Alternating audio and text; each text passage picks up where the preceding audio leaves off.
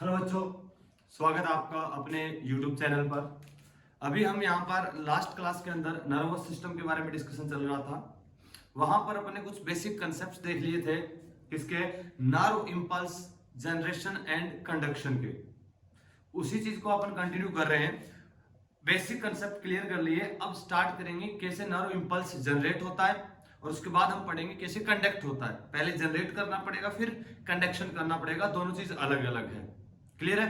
तो उस जनरेशन के अंदर अपने शुरुआत के अंदर 4 स्टेजेस के नाम लिखे थे। क्या बता सकते हो कौन कौन से? Polarisation, depolarisation, repolarisation and hyperpolarisation. उसी को कंटिन्यू करते हुए आज अपन जो डिस्कस कर रहे हैं अभी, वो कर रहे हैं पोलराइजेशन को। कि पोलराइजेशन स्टेट को वैसे तो नॉर्मल हम पढ़ चुके हैं, बेसिक कंसेप्ट के अंदर देखा था कैसे कैसे क्या मिलता है, फिर भी अपन वापस डिस्कशन कर रहे हैं क्या होता है पोलराइजेशन के अंदर। पोलराइजेशन स्टेट को क्या बोला था हमने? कैसी है ये? क्या हमने इसको रेस्टिंग स्टेज बोला था? यस। कैसी है ये?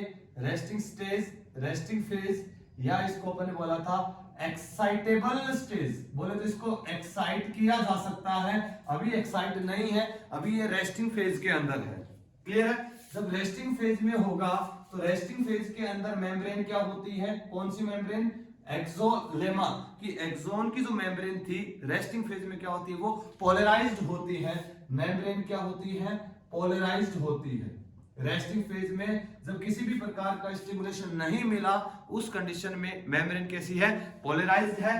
कुछ ऐसी कंडीशन, अगर मैं ये एक्सोन बनाऊं, ये एक्सोन की मेम्ब्रेन एक्सोलेमा, एक्सोलेमा के ऊपर अपन ने क्या जनरेट किया था? चार्ज के हिसाब से अपन ने बताया था कि नेट चार्ज बाहर की ओर नेट चार्ज पॉजिटिव होता है, नेट चार्ज पॉजिटिव होता है, और अंदर की ओर नेट चार्ज क्या होता है?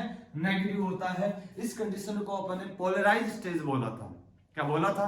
चलिए भाई, जो रेस्टिंग स्टेज के अंदर कुछ ऐसा। अब इसके बाहर की ओर पॉजिटिव और अंदर की ओर नेगेटिव चार्ज होने के लिए रीजन क्या क्या थे, उसी का डिस्कशन कर रहे हैं। ध्यान सुनिएगा, ऑलरेडी हम सब कुछ पढ़ चुके हैं, बस इसी को एक बार रिवाइज कर रहे हैं अपन। सबसे पहले अपन डिस्कस किया था लीक चैनल के बारे में। क्या बात किया था? लीक चैनल के बारे में बात की थी। तो लीक चैनल रेस्टिंग फेज के अंदर क्या होंगे? ओपन होंगे, क्योंकि वो तो हमेशा ही क्या रहते हैं? लीक चैनल ऑलवेज ओपन रहते हैं। और लीक चैनल के नंबर किसके ज्यादा थे? पोटेशियम के ज्यादा थे। किसके कंपैरिजन में? सोडियम के कंपैरिजन में। और सोडियम बाहर से अंदर आ रहा था, पोटेशियम अंदर से बाहर जा रहा था, तो पोटेशियम की लीक चैनल ज्यादा है, तो पोटेंशियल अपने पोटेशियम ज्यादा किधर जाएगा? बाहर की ओर। तो एक रीजन तो ये हो गया कि बाहर की ओर पॉजिटिव चार्ज बढ़ रहा है, पोटेशियम बाहर ज्यादा जा रहा है, सोडियम अंदर कम आ रहा है, तो नेट पॉजिटिव चार्ज बाहर ज्यादा जा रहा है। तो एक्सोलेमा के बाहर की ओर चार्ज क्या होगा? पॉजिटिव। दूसरा जो था आपने बताया था कि sodium potassium ATPase pump, sodium potassium ATPase जो पंप था, ये भी क्या कर रहा है? फंक्शनल है। क्या है? फंक्शनल। और ये जब मेम्ब्रेन में फंक्शनल था, जब रेस्टिंग स्टेज थी, नॉर्मल स्टेज थी, क्या कर रहा था बता सकते हो? एक्टिव पंप मतलब जो एनर्जी कंजप्शन करके काम करता हो।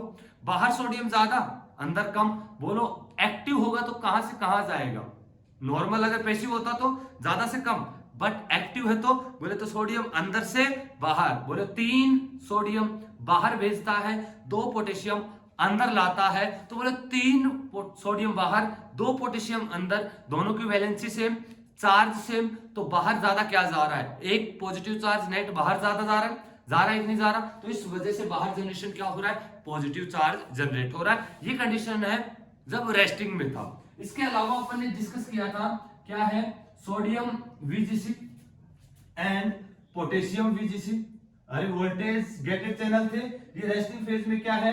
क्लोज रहते हैं। क्या रहते हैं? क्लोज रहते हैं। सोडियम VGC बताया था लो पोटेंशियल पे क्या होगा? लो पोटेंशियल पर क्या होगा? ओपन होगा, या लो वोल्टेज पे ओपन होगा, ये हाई वोल्टेज पे ओपन होगा। तो ये रेस्टिंग स्टेज की कंडीशन थी। अब इनकी अगर प्रैक्टिकली अगर अपन इनको पोटेंशियल डिफरेंस को मेजर करते हैं, तो हमें ये जो रेस्टिंग मेम्ब्रेन का, सुनिएगा, जब किसी प्रकार का स्टिमुलेशन नहीं हो रहा, बोले तो मैं लिख रहा हूं potential difference at resting stage. ध्यान से पीडी लिख रहा हूं मैं।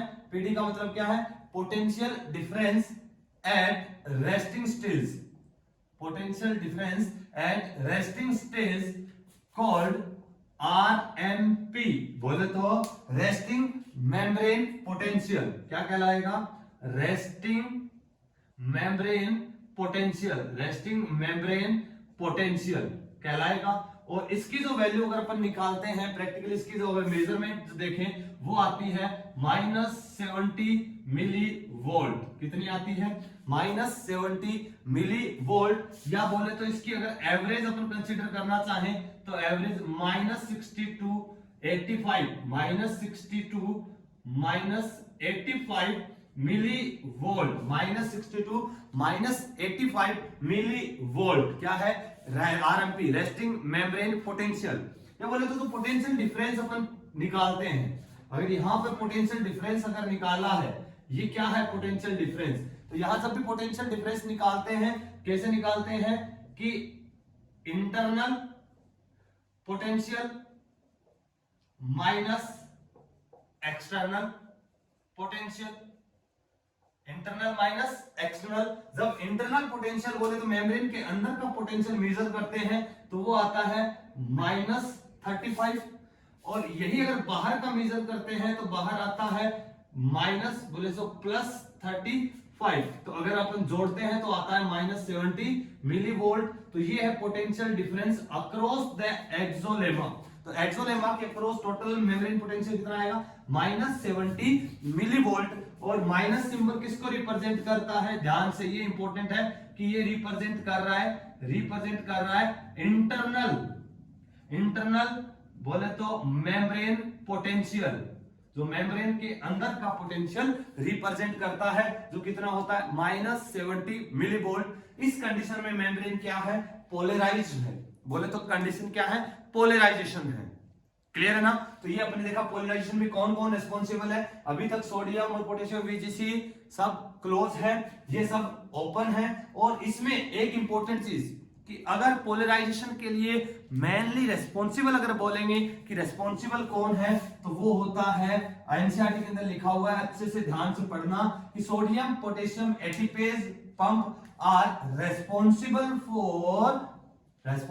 For polarisation. तो बोले तो मेनली मैं लिख देता हूं, नोट्स में ऐड कर लेना, अलग से नोट डाल के, sodium potassium ATPase pump mainly